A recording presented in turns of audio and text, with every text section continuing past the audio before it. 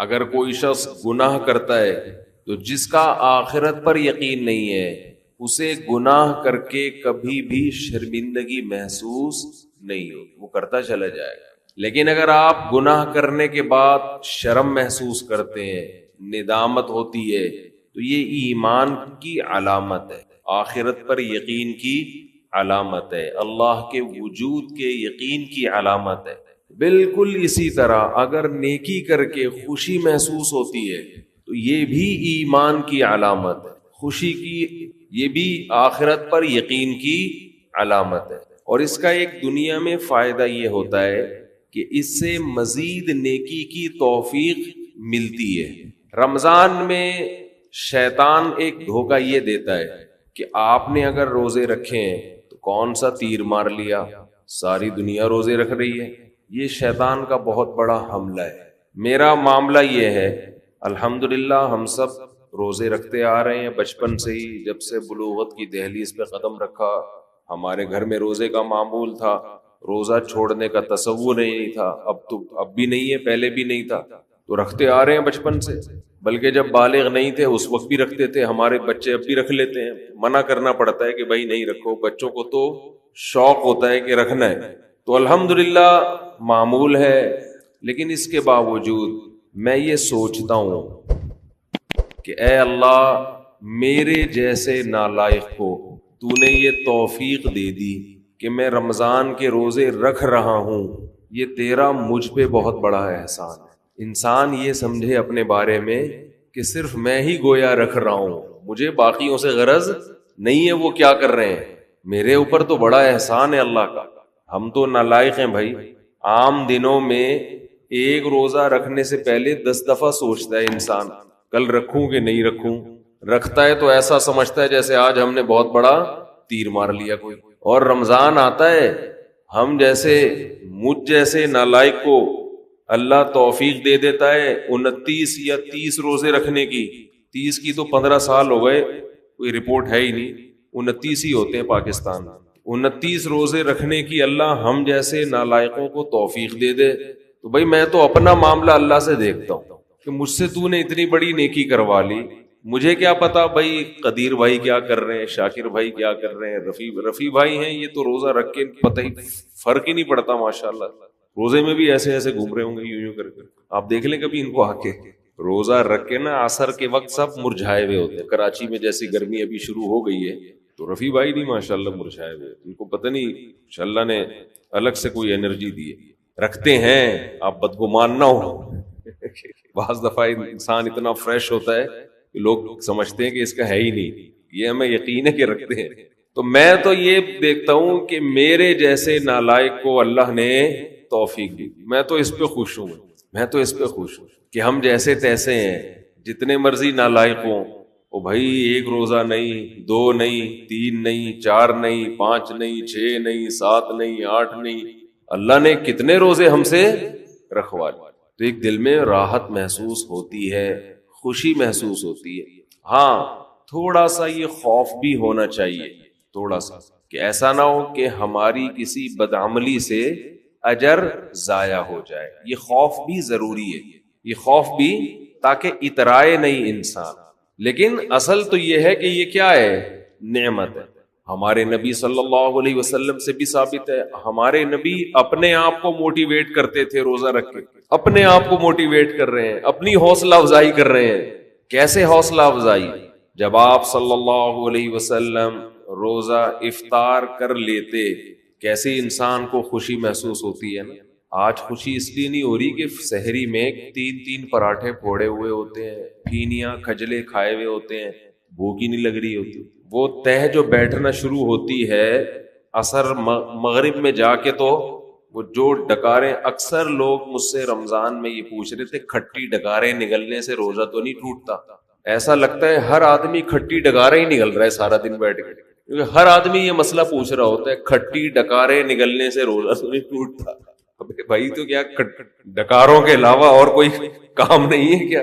بہرحال یہ تو میں ایسے ہی کہہ رہا ہوں، لیکن جتنا مرضی 3 کیا 4 بھی کھا لو تو بھی بہرحال انسان ایک مجاہدہ کرتا ہے۔ تبھی تو دنیا پرست آدمی ایک روزہ بھی نہیں رکھتا. ہٹے کٹے لوگ دیکھے ہم نے, ڈاکٹروں نے ان کو کہا ہوا بھی ہے کہ تم نہیں کھاؤ, تمہارے لیے کھانے کے علاوہ دنیا کا ہر کام تم پہ سوٹ کرتا ہے, پھر بھی روزہ نہیں رکھتے. ان سے نہیں رہا جاتا 2-4 گھنٹے بھی کچھ کھائے پیے بغیر. ان کو چائے چاہیے, ان کو گٹکا چاہیے, ان کو پان چاہیے, ان کو نسوار چاہیے, ان کو روٹی چاہیے, ان کو کچھ نہ کچھ جانوروں کی طرح جگالی کرنے کے لیے چاہیے کہ منہ گھومتا رہے. ہے روزہ خور, آپ دیکھ لو, کھا رہے ہیں, ان سے نہیں برداشت ہوتا. گھر میں سب کا روزہ ہوتا ہے, بوڑھوں نے رکھا ہوا ہوتا ہے. لوگ ہمیں آ کے بتاتے ہیں سب کا روزہ ہے, ایک نالائق بیٹا ہے, ہٹا کٹا جوان, اس سے نہیں رکھا جاتا, گھر میں نحوست کا ذریعہ بنا ہوا ہے.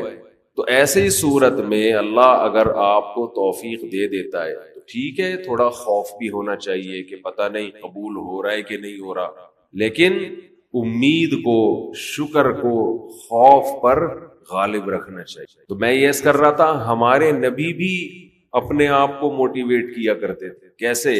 حالانکہ ہمارے نبی میں خواہشات پہ کنٹرول کرنے کی بہت طاقت تھی. آپ تو 24 گھنٹے کا روزہ رکھتے بسا اوقات. تو آپ صلی اللہ علیہ وسلم جب روزہ افطار کرتے تو کیا فرماتے؟ ذهب الظما, پیاس چلی گئی. ذهب الظما, پیاس, تھوڑی دیر کی ٹینشن تھی, ہمارے اللہ نے وہ پریشانی ختم کر دی. وَبَتَلَّتِ الْعُرُوقُ, رگیں تر ہو گئیں, جو خشکی جسم میں تھی. چہرے پہ انسان کی خشکی پیدا ہو جاتی ہے نا, آپ صلی اللہ علیہ وسلم فرماتے ابتلت العروق, رگیں تر ہو گئی. یہ دنیاوی ٹینشن جو تھوڑی دیر کی تھی یہ بھی اللہ نے ختم کر دی. وَثَبَتَ الْأَجْرُ إِن شَاءَ اللَّهُ, اور اللہ نے چاہا تو اجر ہمارے نامہ اعمال میں لکھ دیا گیا.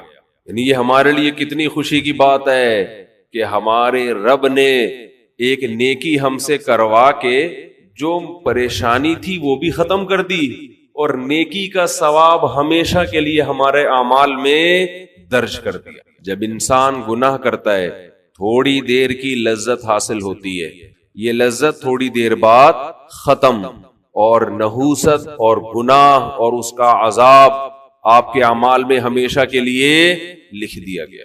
ایسا ہوتا ہے کہ نہیں ہوتا؟ بد نظری ہے, انٹرنیٹ پر کوئی فحش چیز دیکھ رہے ہو, زنا کر رہے ہو, کچھ حرام کھا رہے ہو, تھوڑی دیر کا گناہ ہے, لذت تھوڑی دیر کی, مزہ تھوڑی دیر کا. کوئی گناہ ایسا نہیں ہے جس میں ہمیشہ کا مزہ ہو. اللہ نے انسان کی خواہشات کو محدود اور صلاحیتیں بھی محدود. جو لوگ جوانی میں زنا کرتے ہیں, 1 بار کریں گے, 2 بار کریں گے, ان کو زنا میں بھی لذت نہیں رہتی, پھر وہ عادت پڑ جاتی ہے حرام کی, گند میں منہ مارنے کی, لیکن وہ لذت نہیں رہتی. اور جب عمر آہستہ آہستہ بڑھتی ہے, بڑھاپا آتا ہے, تو ٹھڑک باقی رہ جاتی ہے, زنا کرنے کی طاقت ختم, مچلتا رہتا ہے, ہر وقت سسکیاں لیتا رہتا ہے, ٹینشن ساری زندگی کی, لیکن طاقت کیا ہو گئی؟ خوب سمجھ لیں, جو جوانی میں زنا کرتا ہے خوب سمجھ لے, بڑھاپے میں زنا کا جذبہ کبھی بھی ختم, بول لینا, نہیں ہوتا. اس خوش فہمی میں نہ رہنا کہ ہم جوانی میں زنا کر رہے ہیں تو بڑھاپے میں خود ہی چھوٹ جائے گا. نا نا نا نا نا نا نا, یہ بہت بڑی بھول ہے. زنا کا شوق بڑھاپے میں, اگر جوانی میں نہیں چھوڑا زنا تو بڑھاپے میں یہ شوق ختم نہیں ہوتا. اب خود سوچو, ایک چیز کا شوق باقی ہے لیکن اس کی طاقت ختم ہو گئی, کس قدر ٹینشن ہے, کس قدر عذاب ہے یہ. جن لوگوں کو جوانی میں لڑکوں سے بدفعلی کی عادت ہو, خوب سمجھ لو بڑھاپے میں یہ عادت کم نہیں ہوتی بلکہ بڑھتی ہے, لیکن برائی کی طاقت ختم ہو جاتی ہے. ایسے لوگوں کا بڑھاپا جوانوں سے زیادہ بدتر گزرتا ہے, بہت خطرناک. اللہ نے بڑھاپے میں یہ خاصیت رکھی ہے کہ جو چیز آپ میں جوانی میں ہوتی ہے, جو چاہتیں بڑھاپے میں وہ کم ہونے کے بجائے بڑھتی ہیں. سمجھ رہے ہیں کہ نہیں سمجھ رہے؟ بار بار حدیث پیش کر چکا ہوں میں. نبی صلی اللہ علیہ وسلم نے فرمایا یحرم ابن آدم ویشب فیہ اثنتان الحرص علی المال وطول الامل. نبی صلی اللہ علیہ وسلم نے فرمایا انسان جیسے جیسے سے بوڑھا ہوتا ہے، عمر بڑھتی ہے، دو چیزیں اس میں جوان ہوتی چلی جاتی ہیں. کیا مطلب؟ طاقت پکڑتی ہیں دو چیزیں. جسم جیسے جیسے کمزور ہو رہا ہے نا عمر بڑھنے سے، دو چاہتیں اس میں کمزور ہونے کے بجائے جوان ہو رہی ہیں. ایک لمبی لمبی امیدیں، دوسرا حرص، لالچ، مال کی ہوس، یہ کم ہونے کے بجائے بولو بڑھتی ہے. پہلی بات تو یہ سمجھ لیں کہ نبی نے یہ نہیں فرمایا کہ انسان جیسے جیسے بوڑھا ہوتا ہے دو چیزیں پیدا ہوتی ہیں، یہ نہیں فرمایا، بلکہ فرمایا دو چیزیں، دو برائیاں جوان ہوتی ہیں. جوان وہی چیز ہوتی ہے جو پہلے پیدا ہو چکی ہو. اس حدیث کا صاف مطلب ہے کہ جوانی میں اگر ان دو چیزوں کو ختم کر دیا، برائیوں کو، تو پھر بڑھاپے میں یہ دو چیزیں جوان نہیں ہوتی. جب ہے ہی نہیں تو جوان کہاں سے ہوں گی؟ اور اگر جوانی میں ان دو برائیوں کو آپ نے ختم نہیں کیا تو اس امید پہ مت رہنا کہ جب بوڑھا ہو جاؤں گا تو یہ دو برائیاں مجھ سے ختم ہو جائیں گی. نہ بڑھاپے میں یہ بڑھیں گی. نہیں سمجھ، مشکل ہو گیا سمجھا. میں سمجھا پا رہا ہوں اپنی بات.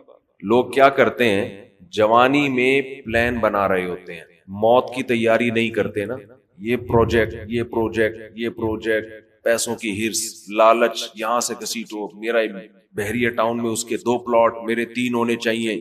یہ شوق ہوتے ہیں نا جوانی کے. اس کی 2 شادیاں، میری 3 ہونی چاہیے، اس کی 3 تو میری 4 ہونی چاہیے. یہ نہیں ہوتا شوق. یہ جتنا بھی ڈال لو یہ پیدا نہیں ہوگا. اس میں بڑے ڈھیٹ ہیں. جو شوق ہونا چاہیے، یہ تو اس کی کثرت تو پیغمبروں کی سنت ہے نا. یہ والا نہیں پیدا ہو رہا. بس پلاٹوں پہ خرچ کر رہے ہیں، جہاں پیسہ آئے گا گاڑی خرید لیں گے. ہم کہتے ہیں نبی صلی اللہ علیہ وسلم نے فرمایا دنیا میں سب سے قیمتی سرمایہ نیک عورت ہے. اس پہ خرچ کرنے کے لیے تیار نہیں. کہہ رہے نہیں، ایک اور گھر بنا لو، ایک اور گاڑی خرید لو. چلو وہ آپ کی ٹینشن ہے، آپ جو مرضی کریں. تو پھر میرا بیان کا رخ چینج ہو جاتا ہے. تو 2 برائیاں. جوان آدمی کیا کرتا ہے، بحریہ ٹاؤن میں 2 پلاٹ ہونے چاہیے. اس کے پاس اس کے 1 کروڑ روپے کماتا ہے تو میں 2 کروڑ روپے کماؤں. اس کو جب موت یاد دلائی جائے کہ ابے تھوڑے دنوں میں مر جائے گا، قبر، جب تو پلاٹ خریدتا ہے تو قبرستان بھی تو جا کے دیکھا کرنا. قبرستان بھی تو جا کے دیکھ، تھوڑے دنوں میں وہاں آ جائے گا. تو شیطان اسے کیا کہتا ہے، بھائی تھوڑے دنوں میں کون آ رہا ہے، ابھی تو میں 30 سال کا ہوں، ابھی تو میں 35 سال کا ہوں، ابھی تو میں 25 سال کا ہوں، ابھی تو بڑا ٹائم ہے، ابھی تو میں ابا بنوں گا، پھر دادا بنوں گا، نانا بنوں گا، پھر بچے بڑے ہوں گے، بہت ٹائم ہے. تو وہ دنیا کی یہ ہوس جوانی میں ختم کرنے کی کوشش نہیں کرتا. اور وہ یہ سمجھتا ہے کہ جب میری ایج زیادہ ہوگی، بال سفید ہوں گے، کمر جھک جائے گی، کڈنی کا پرابلم، ہارٹ کا پرابلم شروع ہوگا، تو مجھے خود ہی اس دنیا سے رغبت ختم ہو جائے گی. ٹھیک ہے، پھر قبر کی بھی تیاری کر لیں گے. پھر یہ بزنس میں، کاروبار میں دل کو اٹکانے کی کوشش نہیں کریں گے. پھر بحریہ ٹاؤن گیا تیل لینے، پھر جا کے قبرستان دیکھ لیا کریں گے. تو حدیث کا مطلب یہ ہے کہ یہ آپ کی خوش فہمی ہے، ایسا ہونے والا نہیں ہے. یہ دماغ سے نکال دو. جیسے جیسے عمر بڑھے گی نا، یہ لالچ اور طول الامل، لمبی امیدیں کا کیا مطلب، میں بھی نہیں مروں گا، یہ امیدیں کم نہیں ہوں گی بلکہ بڑھیں گی. اور پیسوں کی جو محبت ابھی آپ کے دل میں ہے یہ کم نہیں ہوگی، یہ محبت اور زیادہ بڑھے گی.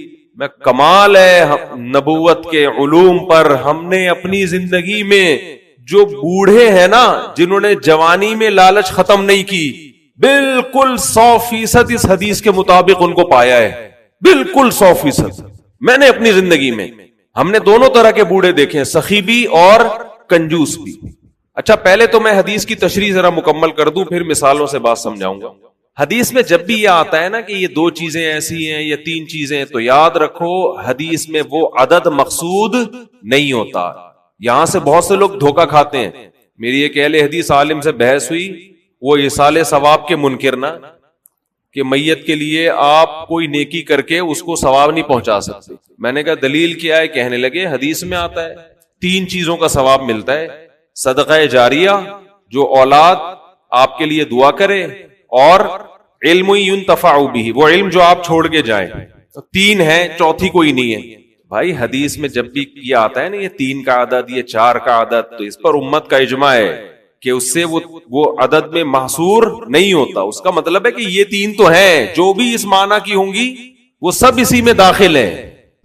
جیسے حدیث میں آتا ہے ایک صحابی نے عرض کیا یا رسول اللہ میں اپنی والدہ کے لیے صدقہ کرنا چاہتا ہوں، کیا ثواب ملے گا؟ آپ نے فرمایا ہاں. اب یہ نہیں کہ صرف صدقے میں ہی انحصار ہے، صدقہ تو ایک نیکی ہے. اس حدیث سے صاف پتہ چلتا ہے کہ نیکی جیسے اپنے لیے کی جاتی ہے، اپنے کسی مرحوم کے لیے بھی کی جاتی ہے، کی جا سکتی ہے. آپ صدقے کے لفظ کو پکڑ کے بیٹھ گئے کہ صدقہ ہے تو باقی نہیں ہے، تو صدقے میں کون سی ایسی خاص بات ہے؟ اصل میں تو حدیث میں اصول اور ضابطہ بیان کر دیا جزیات کے ضمن میں. قرآن و سنت کی عادت ہے کہ جزیہ بیان کر کے لا بیان کیا جاتا ہے. جیسے قرآن کہہ رہے ماں باپ کو اف نہ کرو، تو یہ ایک جزیہ ہے، لیکن اس کے ضمن میں ایک لا بیان کر دیا کہ تکلیف نہ پہنچاؤ، کیونکہ اف کہنا بھی کیا ہے؟ تکلیف ہے. تو بیسک تکلیف پہنچانا ہے، اف کا لفظ یہ اصل مقصد نہیں ہے. اسی وجہ سے ہماری نظر میں جو راجح قول ہے دلیل کے لحاظ سے وہ یہی ہے کہ ایصال ثواب صدقہ کر کے بھی کیا جا سکتا ہے اور کسی بھی نیکی کے ذریعے کیا جا سکتا ہے. یہاں پر پھر ایک اعتراض ہوتا ہے، یہ اعتراض کا جواب دے کے پھر آتا ہوں اصل، کیونکہ پھر لوگ شارٹ کلپ بنا کے آدھی چیز چلاتے ہیں. اعتراض یہ ہوتا ہے کہ صحابہ کرام سے ثابت کیوں نہیں ہے کہ کسی نے قرآن پڑھ کے ثواب پہنچایا ہو. سمجھتے ہیں؟ نہیں یاری سمجھ میں. ہمارے اہل حدیث حضرات اکثر یہ سوال کرتے ہیں کہ پھر صحابہ نے ایصال ثواب کیوں نہیں کیا؟ اس کا جواب یہ ہے کہ ایصال ثواب نام ہے اس نیت کے ساتھ نیکی کرنا کہ یہ ثواب کس کو پہنچے؟ مرحوم کو پہنچے. یہ نیت ہے امر باطن. ہمارے سامنے صحابی کی نیکی تو آئے گی، ان کا دل کا ارادہ ہمارے سامنے نہیں آئے گا. جیسے ایک صحیح حدیث تو آ گئی ہمارے سامنے کہ صحابی نے نبی سے پوچھا کہ میں صدقہ کر رہا ہوں، نیت کیا ہے؟ والدہ مرحوم یا والد مرحوم کے لیے کنواں بنا رہا ہوں. اب باقی جس صحابی نے اپنے کسی مرحوم کے لیے کیا کیا وہ تو ان کے دل کی حالت تھی نا. ہمارے سامنے تو وہ عمل آئے گا، دل کی نیت تھوڑی ہمارے سامنے آئے گی. ہاں اجتماعی سطح پہ کسی نے مرحوم کے لیے کچھ کیا ہوتا وہ پھر چھپنے والا کام نہیں تھا، وہ نقل ہوتا، اور ایسی کوئی حدیث نقل نہیں ہے. اس لیے ہم کہتے ہیں اجتماعی سطح پہ ایصال ثواب ناجائز ہے، بدعت ہے. نہیں آئی بات میرا خیال ہے. اخپل طریقے سے انفرادی طور پر آپ کوئی نیکی کریں مرحوم کے لیے ٹھیک ہے، لوگوں کو جمع کر کے کریں یہ عمل کیا بن جائے گا؟ بدعت. کیونکہ اگر جمع کر کے کرنا جائز ہوتا تو پھر یقیناً صحابہ سے ثابت ہوتا، پھر یہ عمل چھپنے والا تھا نہیں. سمجھ میں آ رہی ہے بات؟ کہ آپ اگر چھپ کے یعنی قرآن خوانی میت کے ایصال ثواب کے لیے ہم اس عمل کو بدعت سمجھتے ہیں، کیونکہ یہ ثابت نہیں ہے. حضرت ابو بکر کا انتقال ہوا تو حضرت عمر نے کوئی پبلک کو بلایا کہ آ جاؤ ہمارے یہاں قرآن خوانی ہو رہی ہے، تمبو لگا ہوا بھائی آ جاؤ.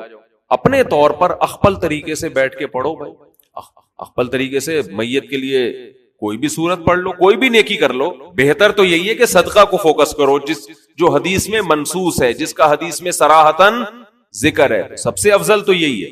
اس کی مثال ایسے ہے کہ جیسے صحابی نے پوچھا میں کنواں بنانا چاہتا ہوں. اب آپ کہیں کہ کنواں بنانا تو جائز ہے، مسجد بنانا جائز نہیں ہے، کیونکہ حدیث میں مسجد کا ذکر نہیں ہے. تو بھائی کنواں بھی ایک نیکی ہے، مسجد بھی ایک نیکی ہے.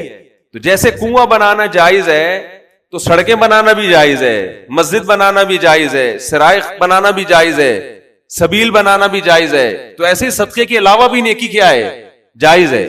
تو خیر یہ تو درمیان میں ایک مسئلہ آ گیا جو اصل موضوع میں لے کے چل رہا تھا، اب ہم اس کی طرف آتے ہیں. تو میں یہ کر رہا تھا یہ جو حدیث میں آتا ہے نا کہ 2 برائیاں ایسی ہیں کہ جوانی میں اگر آپ نے ان کو ختم نہیں کیا تو بڑھاپے میں وہ برائیاں کم ہونے کے بجائے بڑھتی ہیں. تو اس سے مراد صرف 2 برائیاں نہیں ہیں، یہ 2 تو مثال بیان کی گئی ہے. مطلب یہ کہ انسان میں جتنی خواہشات ہیں اگر جوانی میں ان خواہشات کو ختم نہیں کیا تو بڑھاپے میں وہ خواہشات کم نہیں ہوں گی بلکہ اور زیادہ بڑھ جائیں گی. لوگ کہتے ہیں بڑھاپے میں تو انسان کمزور ہو جاتا ہے تو خواہشات بڑھیں گی کیسے؟ او بھائی خواہش کو پورا کرنے کی طاقت ہونا الگ چیز ہے، خواہش کا جذبہ پیدا ہونا الگ چیز ہے، طاقت نہیں ہوگی۔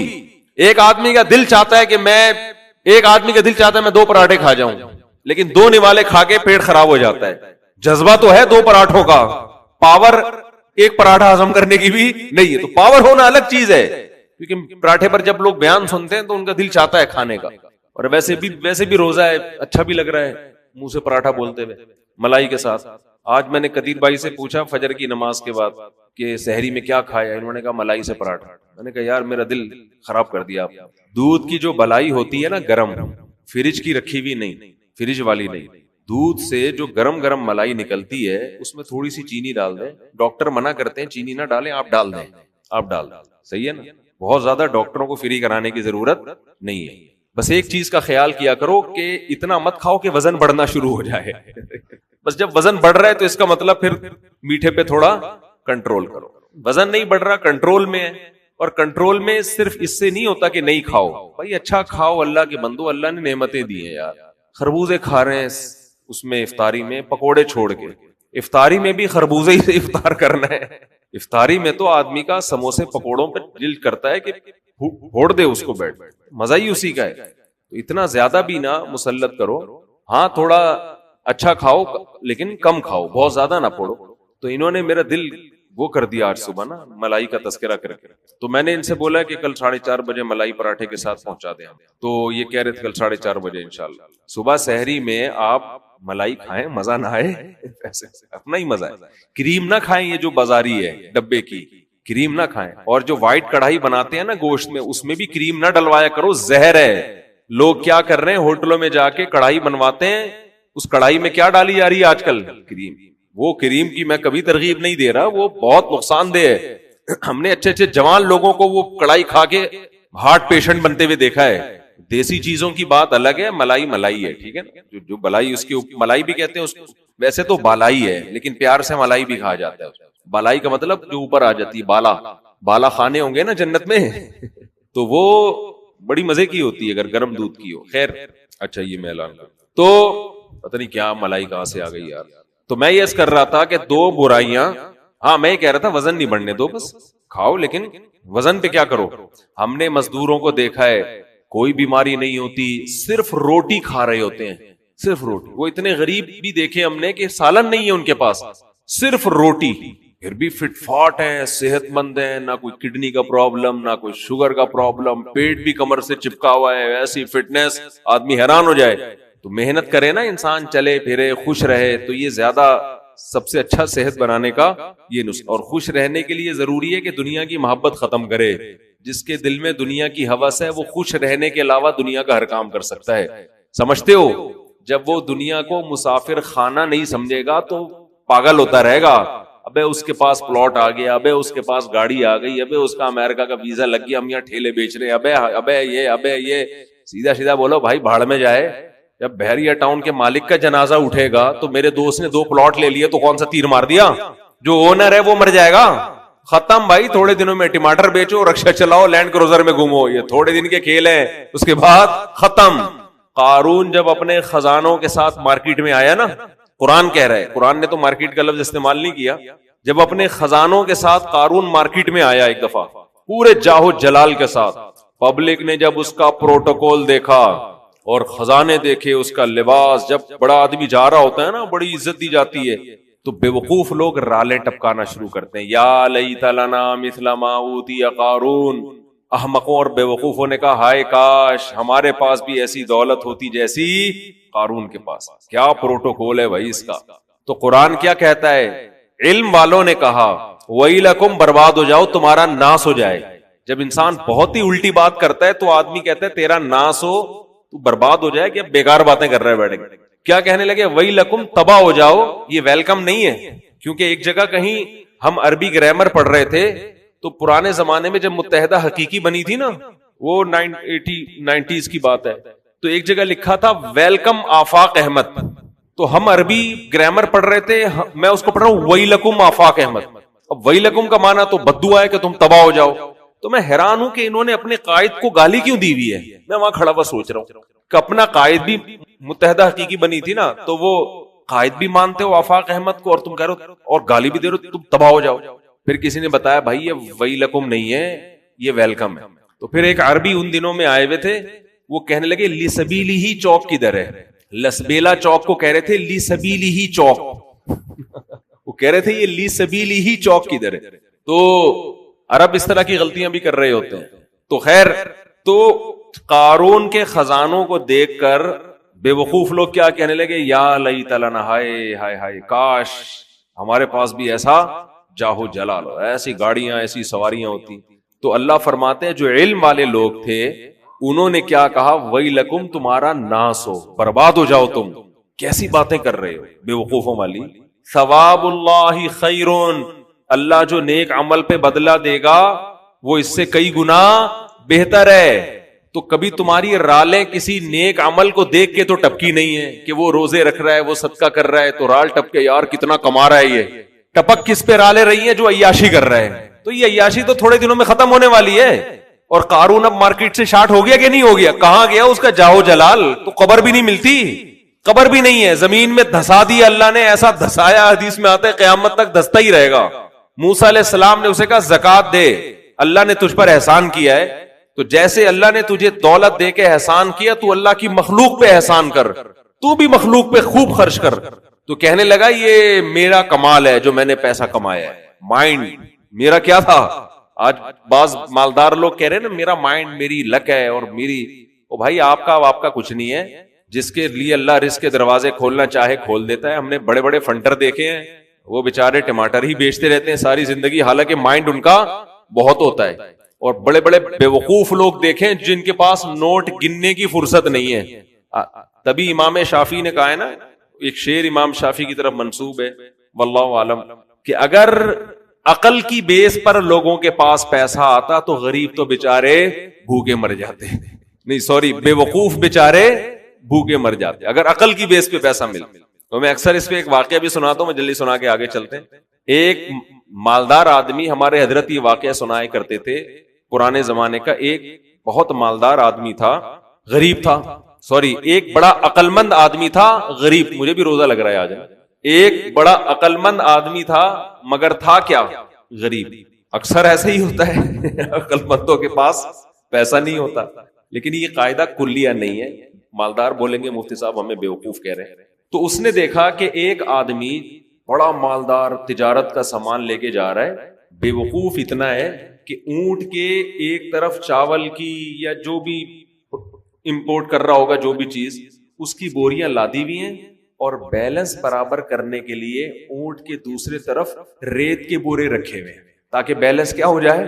10 بوریاں چاول کی یہاں ہیں تو وزن برابر کرنے کے لیے 10 بوریاں ریت کی ادھر. اس امیر آدمی نے لفٹ مانگی اس غریب سے, وہی نا روزہ لگ رہا ہے, اس عقل مند آدمی نے لفٹ مانگی اس بے وقوف سے, کیونکہ یہ عقل مند غریب تھا. تو اس بے وقوف نے اس کو لفٹ دے دی کہ چل تو میرے ساتھ اونٹ پہ بیٹھ جا. اب اس عقل مند نے اس بے وقوف مالدار سے پوچھا کہ یہ ان بوریوں میں کیا ہے جو رائٹ سائڈ پہ. اس نے کہا بھائی چاول ہے یا آٹا ہے یا جو بھی تھا. کہا یہ لیفٹ پہ کیا ہے, اس نے کہا یہ ریت ہے. تو کہا تو ریت کا بزنس کرتا ہے, کہہ رہے نہیں یہ بیلنس برابر کرنے کے لیے. اس عقل مند نے اس سے کہا کہ بے وقوف آدمی, 10 بوریاں اگر یہاں ہیں تو 5 بوریاں ادھر کر دے, اس سے بیلنس کیا ہو جائے گا. اونٹ پہ تو نے بلا وجہ کا ڈبل لوڈ ڈالا ہوا ہے, اور یہ 10 بوریاں بھرنے میں کتنا ٹائم لگا ہوگا. تو بے وقوف آدمی تو یہ کر لینا کہ 5 یہاں کر دے اور 5 وہاں کر دے. اس نے کہا یار یہ تو بڑی لاجک کی بات کی ہے. نیچے اترا, اپنے مزدور کو جو بھی ہوگا اس کے ساتھ اس کو بولا بھائی بوریاں ہٹا, 5 چاول کی بوریاں یہاں کر دے اور 5 یہاں. اونٹ کی سپیڈ بھی تیز ہو گئی اور اونٹ کو بھی سکون کا سانس آیا, بڑا خوش. اب اس غریب آدمی سے اس بے وقوف نے انٹرویو لینا شروع کیا کہ تو کرتا کیا ہے. اس کا خیال تھا کہ یہ تو ارب پتی ہوگا جو اتنا عقل مند ہے, جس نے مجھے اتنے اچھے مشورے دیے, یہ خود کیا ہوگا. یعنی یہ میرے جیسے بے وقوف کے پاس اتنا پیسہ ہے تو اس عقل مند کے پاس تو اس کی تو ملیں چلتی ہوں گی نا. تو اس سے پوچھا تو کرتا کیا ہے. اس نے کہا یار میں تو غریب آدمی ہوں، جس کام میں ہاتھ ڈالو برباد، میرے پاس تو سواری بھی نہیں ہے، تبھی تو میں نے تجھ سے لفٹ مانگی ہے۔ اس نے کہا اتر نیچے اتر، اونٹ کو واپس گھمایا، 5 بوریاں دوبارہ ادھر کی اور ریت کی بوریاں دوبارہ بیلنس برابر کرنے کے لیے ادھر ڈال۔ بولا تیری عقل کی وجہ سے تیرے پاس جب 1 کوڑی روپیہ نہیں ہے تو میں بے وقوف تجھ عقل مند سے 1000 گنا بہتر، میں تیرے مشوروں پر عمل کروں گا نا، میں بھی تیرے جیسا بن جاؤں گا، مجھے اپنے اسٹائل سے چلنے دے جیسا چل رہا ہوں، سمجھ رہے کہ نہیں سمجھ، میں جیسے اپنے اسٹائل سے چل رہا ہوں مجھے چلنے دے، اگر تیرے مشورے پر عمل کیا نا میں بھی تیرے جیسا غریب ہو جاؤں گا۔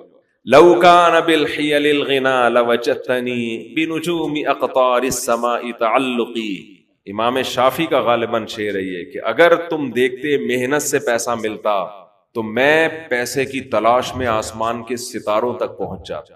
ہم نے دیکھا ہے بعض لوگوں کا ایک شوق ہوتا ہے، شوقیہ کچھ چیزیں پالتے ہیں رکھتے ہیں، وہ شوق ان کا بزنس بن کے ان کو کروڑ پتی بنا دیتا ہے، حالانکہ انہوں نے سوچا بھی نہیں ہوتا کہ اس شوق سے ہمیں کیا ملے گا، پیسہ۔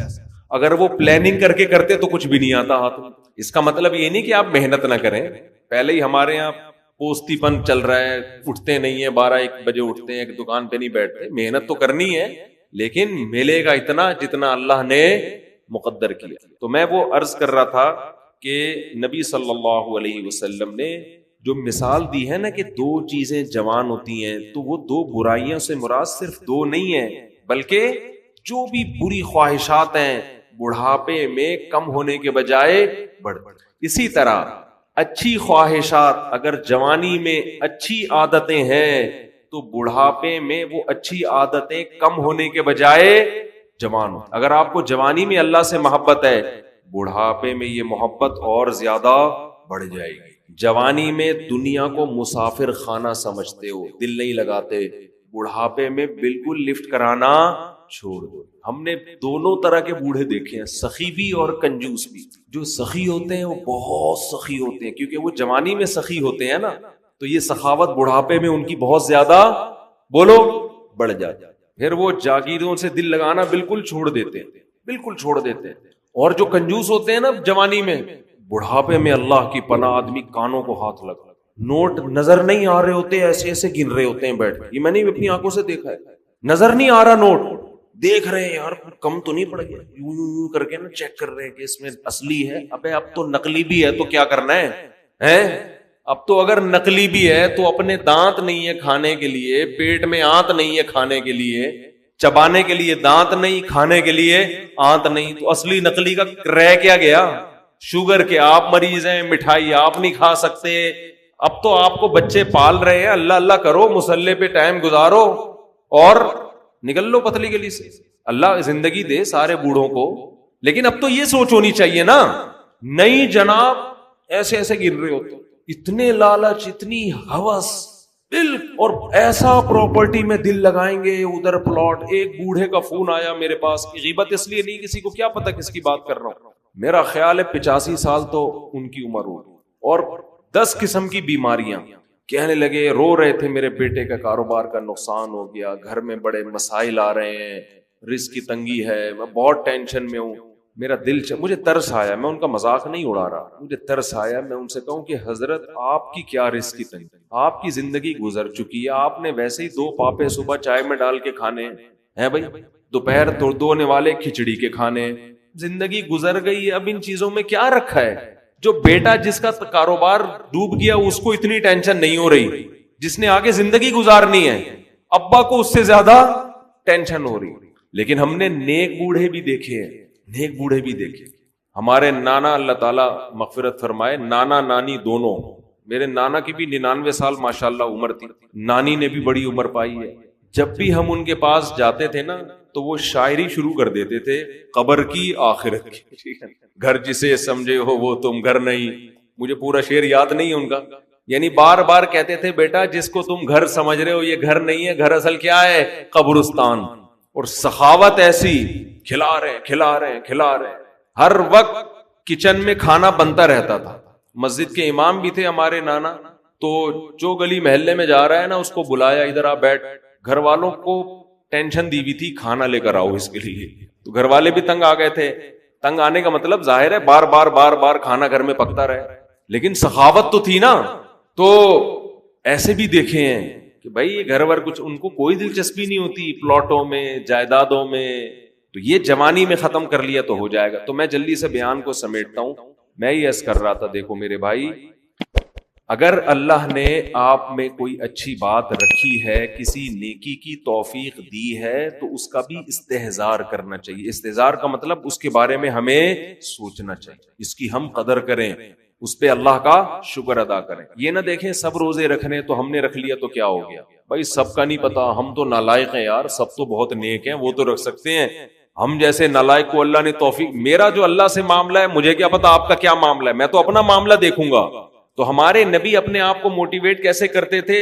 رہب الظما, پیاس چلی گئی, وابتلت العروق, رگیں تر ہو گئیں, وثبت الاجر انشاء اللہ, اور اللہ نے چاہا تو اجر ہمارے اعمال میں لکھ دیا گیا, اجر لکھ دیا گیا ہے. تو اس سے انسان کو اگلے دن دوبارہ روزہ رکھنے کا حوصلہ ملتا ہے. اور گناہ میں الٹا, تھوڑی دیر کی لذت, یہاں سے بات شروع ہوئی تھی کہ جوانی میں بھی یہ لذتیں اگر آپ نے کنٹرول نہیں کیا نا تو بڑھاپے میں یہ لذتیں بڑھیں گی, مگر گناہ کرنے کی طاقت کیا ہو جائے گی؟ ختم. تو حسرت, افسوس, ٹینشن والی زندگی.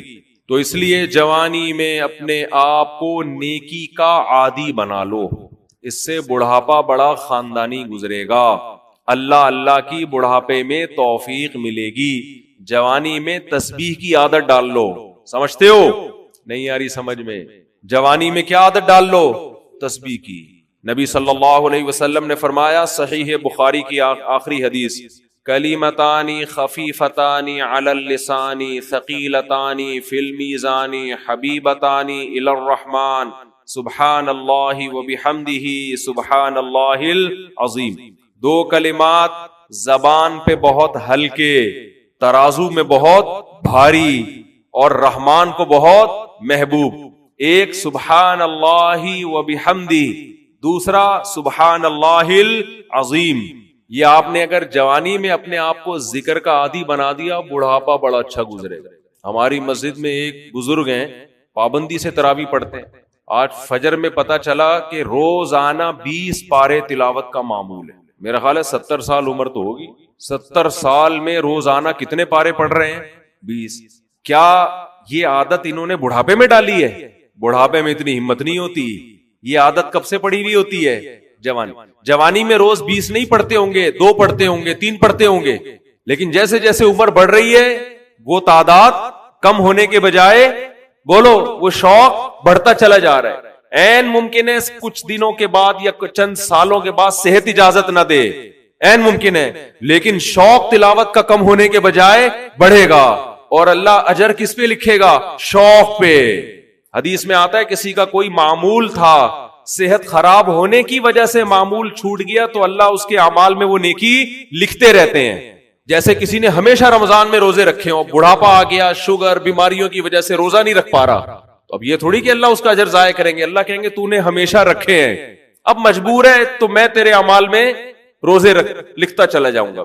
تو آج آپ نے اپنے آپ کو میرے بھائی اللہ کا تھوڑا تھوڑا اللہ کا ذکر کی عادت ڈالو. میں نہیں کہہ رہا آپ سے زیادہ نہیں ہوتا تو وحشت نہ تھوڑا کر لو. آج تھوڑا کرو گے, کل اس تھوڑے میں ایسی لذت ہوگی کہ اللہ اس مقدار کو بڑھا دے گا. حدیث میں آتا ہے سبحان اللہ والحمد للہ ولا الہ الا اللہ واللہ اکبر, یہ کلمات احب الی اللہ مما طلعت الشمس او کما قال صلی اللہ علیہ وسلم. سورج جن چیزوں پہ طلوع ہوتا ہے, ظاہر ہے سورج تو پوری دنیا پہ طلوع ہوتا ہے, ان تمام چیزوں میں اللہ کو سب سے زیادہ محبوب یہ کلمات ہیں.